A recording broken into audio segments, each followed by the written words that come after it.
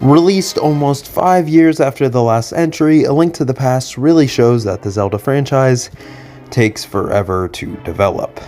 But more than that, A Link to the Past also shows that the Zelda franchise is able to change a lot in that time span. And honestly, this might be one of the most revolutionary titles that the franchise has ever seen. This time with obviously much better sprite work on the Super Nintendo, but also an innovative story, many characters that you can talk to, and also a more, well, atmospheric world by comparison to the previous games, which you're pretty much just thrown into and trying to figure out what you were supposed to do. The Super Nintendo was able to make much more sophisticated games, and out of that, A Link to the Past and Zelda would change forever. But with that in mind, we also have to raise the question of, is A Link to the Past still good to this day, or is it more or less just a figment of the past? Well, let's get into that with my third Zelda review of this series. Now, when I first started playing this game, I gotta tell you, I was really excited. A Link Between Worlds, as we will get to later, is one of my favorite titles and my childhood Zelda game. So playing A Link to the Past, which is pretty much a prequel to that game, was super thrilling. And I really enjoyed the first half of this game, especially when you start off in a very unique way by trying to save Princess Zelda, who has been kidnapped, more or less, by this evil magic wizard. And I don't know, it just kind of came to me as kind of fun and creative, and I enjoyed the start of this game. However, things start to go down relatively quickly, which is where we are introduced to our first con number one with this game. There are way too many items. Trying to find this random book to, read Hylian scripts is fine, but it feels like something that shouldn't be, involving a different item, and instead just something that Link should just be able to read, at least in my opinion. But another problem that I have is, well, not just with the book, but the fact that this game has so many items that you're not really sure which ones are optional, which ones are required, and when you need to grab them.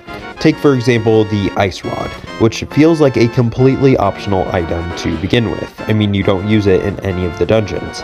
And then, randomly, in Turtle Rock, the last dungeon outside of Ganon's Tower, you have to use it for the boss fight. And this was very frustrating because I thought it was an optional item, as the game never really seems to tell you that you need the Ice Rod in the first place. And then I get all the way to this boss fight, only to realize that I can't beat it, and I have to go all the way back to, the main world just to be able to defeat the boss. This is really frustrating, and this is also something that most Zelda games don't have to deal with anymore. But honestly, this was just really annoying and not something that I thought would even have to be a potential worry. I mean, the game should allow you to grab the items in the dungeons instead of just looking around for them in all sorts of random places. And this goes for most of the game. In order to enter into many of the dungeons, you need these random medallions that are not easy to find. And while this game obviously came out in 1991, and I will give it some credit for that, it feels a lot like Zelda 1, and not in the best ways. The worst parts of Zelda 1 were the fact that it was, really confusing, and also had random items that didn't really, mean much outside of just random places within the map. This one, it has the same random item problem, but the fact is that you can't really do anything about it. You just have to find these items, and if you can't find them, I guess just keep looking. And this is also a problem because you don't really know when you're going to need them, and also what you need, because these items are in such random places. Well, this does encourage exploration, which is nice, especially given, as previously mentioned, the really nice map, and also that this game has 2 maps. which for a 1991 game is super impressive. But also, these maps aren't really made in the best light. And like I said, I think it would just be simpler if most or, all of the required items you could just find in the dungeons. But instead, you have to go out of your way to bomb random walls and go into the ice cavern to find an ice rod. Yikes. But anyway, this game is still very nice in terms of the presentation standpoint. I mean, one of my favorite parts about this game is the music and, the graphics. Despite being 16-bit, this game still looks really nice to this day. And the music, also despite being from the 90s, is also really nice, but pixelated, obviously. And while I do prefer the A Link Between Worlds soundtrack because, it came out in 2013 over 1991, I still really love the soundtrack to this game, and wouldn't mind listening to it outside of playing this game. Something that I also really enjoy about this game is the combat, both in the boss fights and just regular enemies. And this is because you can tell that it was almost fine-tuned to be perfect for this experience. And also that it's difficult in many ways without really having to be insane like in Zelda 2. It's just the fair amount of difficulty that makes it, still a hard game, but not necessarily like impossible. That's kind of hard to explain, but I hope that you kind of get what I'm saying. I think it matches the game really well, and the puzzles and the combat really do play well off of each other in this one. But speaking of the puzzles, I think that this is also somewhat of a point of concern here.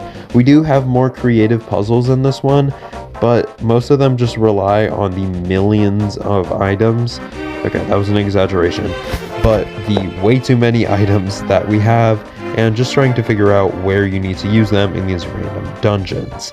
But there are still a lot of puzzles that are either just hit this switch, move this block, or kill this random enemy, or, my favorite, bomb this random wall.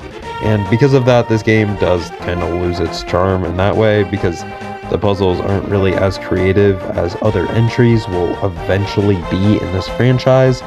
But since this was the first, creation of a true 2D Zelda experience that has had a replicated formula for, since this game came out, it's clear that things are going to be a little bit more in growing pains in this one, and I'm okay with that.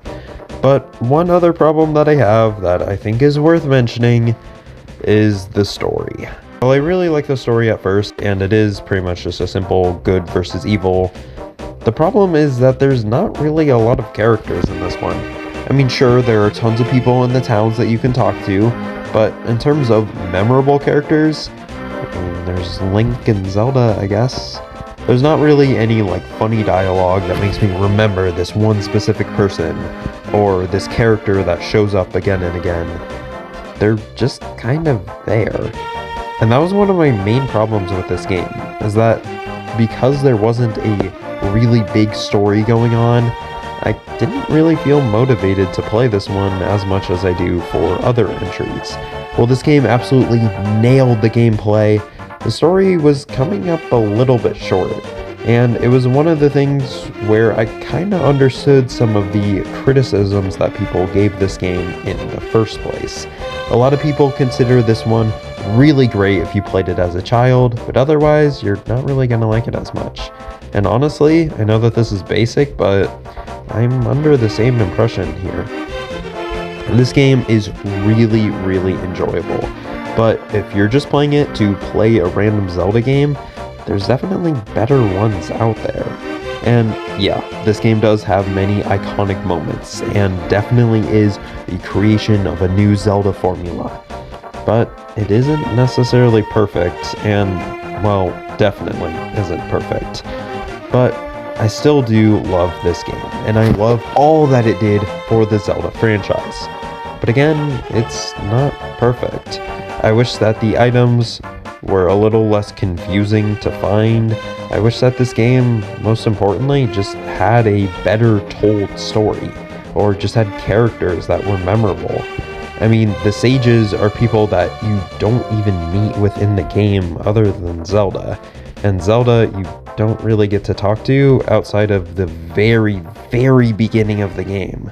I like this one, but it's not necessarily great, and the Zelda franchise still had a long way to go before it could be truly in that top tier column of video games.